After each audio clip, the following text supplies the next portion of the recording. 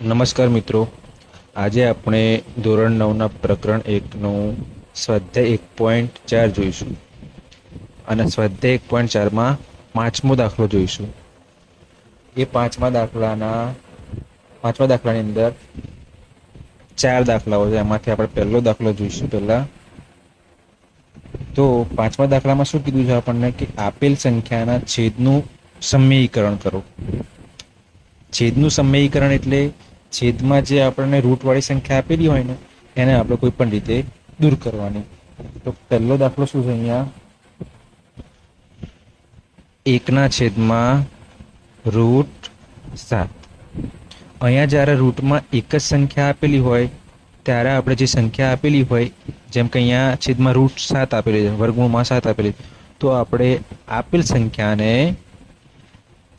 અંશ અને છેદમાં એ જ સંખ્યા વડે ગુણી નાખવાની. જેમ કે અહીંયા હું ગુણાકાર કરીશ અંશમાં √7 વડે, એ રીતના છેદમાં પણ √7 વડે હું ગુણાકાર કરીશ. હવે આનું સાદુરૂપ આપીશું તો શું થશે? તો અંશમાં 1 અને √7નો ગુણાકાર એટલે √7 ગુણ્યા 1 એટલે √7 થવાના. છેદમાં શું થવાનું? √7 ગુણ્યા √7 એટલે √7નો વર્ગ થઈ જશે. અહીંયા √7નો વર્ગ થઈ જશે બરાબર અંશમાં √7 રહેશે અને છેદમાં રૂટ અને સ્ક્વેર કેન્સલ આઉટ થઈને 7 રહેશે અહીંયા. તો આ આપણો જવાબ થશે પહેલા દાખલાનો. એ જ પ્રમાણે આપણે બીજો દાખલો જોઈશું.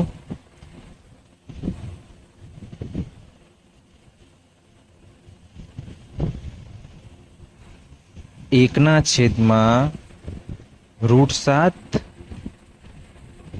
ઓછા √6. જ્યારે છેદમાં આ રીતના બે સંખ્યાઓ આપેલી હોય, એટલે કે બે સંખ્યાઓનો સરવાળો બાદ બાકી આપેલી હોય, ત્યારે શું કરવાનું? ત્યારે આપણે કશું જ નહીં કરવાનું. જે અંશ અને છેદને આ જ સંખ્યા વડે ગુણી નાખવાનું. અંશ અને છેદને આ જે આપેલી છેદમાં જે સંખ્યા હોય એના વડે જ ગુણવાનું. પણ આપણે જે નિશાની આપેલી હોય એ માઇનસ હોય તો પ્લસ કરવાની, પ્લસ હોય તો માઇનસ કરવાની. અહીંયા આપણે નિશાની કઈ હતી? માઇનસ હતી. એટલે આપણે અંશ અને છેદના √7 વત્તા √6 વડે અંશમાં અને છેદમાં ગુણીશું. વત્તા √6 નિશાની જ બદલવાની છે ખાલી, અને એના અંશ અને છેદમાં ગુણી નાખવાનું છે આપણે. હવે સાદુરૂપ આપીશું તો અંશમાં શું થશે? તો કે √7 વત્તા √6 રહેશે, છેદમાં આ બંનેનો ગુણાકાર થશે એટલે √7 ઓછા √6નો ગુણાકાર થઈ જશે √7 વત્તા √6 જોડે. અંશમાં એ જ રહેવાનું, √7 વત્તા √6. હવે છેદમાં શું થશે? તો કે છેદમાં આપણને એક નિત્યસમ એક સૂત્ર યાદ છે આપણને, a માઇનસ બી. સૂત્ર આપણે a-b ગુણ્યા a પ્લસ બી બરાબર શું થાય? a² માઇનસ b² થાય. તો અહીંયા તમને આ ટાઈપનું સ્વરૂપ દેખાશે, √7 ઓછા √6 ગુણ્યા √7 વત્તા √6. એટલે એના બરાબર શું થશે? તો કે √7નો વર્ગ ઓછા √6નો વર્ગ થઈ જશે. હવે શું કરીશું? અંશમાં તો એ જ રહેશે, √7 વત્તા √6 જ રહેશે. છેદમાં √7નો વર્ગ થઈ જશે 7 ઓછાના ઓછા √6નો વર્ગ થઈ જશે 6 બરાબર અંશમાં √7 વત્તા √6 છેદમાં 7 ઓછા 6 એટલે 1 રહેશે. તો આના બરાબર જવાબ આવશે √7 વત્તા √6. આ આપણો જવાબ થશે.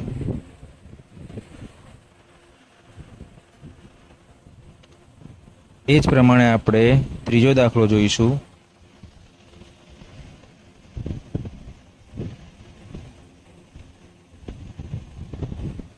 એકના છેદમાં રૂટ 5 વત્તા રૂટ 2. તો આગળના દાખલાની જેમ જ અહીંયા રૂટ 5 વત્તા છેદમાં રૂટ 5 વત્તા રૂટ 2 આપેલા હતા. એટલે આપણે શું કરીશું, નિશાની બદલીને અંશ અને છેદમાં ગુણી નાખીશું. એટલે કે રૂટ 5 ઓછા રૂટ 2 વડે અંશ અને છેદમાં આપણે ગુણી નાખીશું. હવે સાદુરૂપ આપીએ તો ઉપર એક જોડે ગુણાકાર એટલે રૂટ 5 ઓછા રૂટ 2 રહેશે, છેદમાં આ બંનેનો ગુણાકાર થશે. એટલે રૂટ 5 વત્તા રૂટ 2 ગુણ્યા રૂટ 5 ઓછા રૂટ 2. આગળના દાખલાની જેમ જ અહીંયા કરવાનું છે. અહીંયા અંશમાં રહેશે રૂટ 5 ઓછા રૂટ 2, છેદમાં શું થશે તો કે a plus b minus b જેવું સૂત્ર અહીંયા બને છે, એટલા માટે a નો વર્ગ માઇનસ b નો વર્ગ થશે. એટલે કે રૂટ 5 નો વર્ગ ઓછા રૂટ 2 નો વર્ગ અહીંયા બનશે. આગળના દાખલાની જેમ જ કરવાનું છે અહીંયા. બરાબર અંશમાં રહેશે રૂટ 5 ઓછા રૂટ 2 અને છેદમાં રહેશે રૂટ 5 નો વર્ગ 5 થશે, રૂટ 2 નો વર્ગ 2 થશે. હવે અંશમાં રૂટ 5 ઓછા રૂટ 2 રહેશે, છેદમાં 5 માંથી 2 જાય તો 3. આ આપણો જવાબ થશે.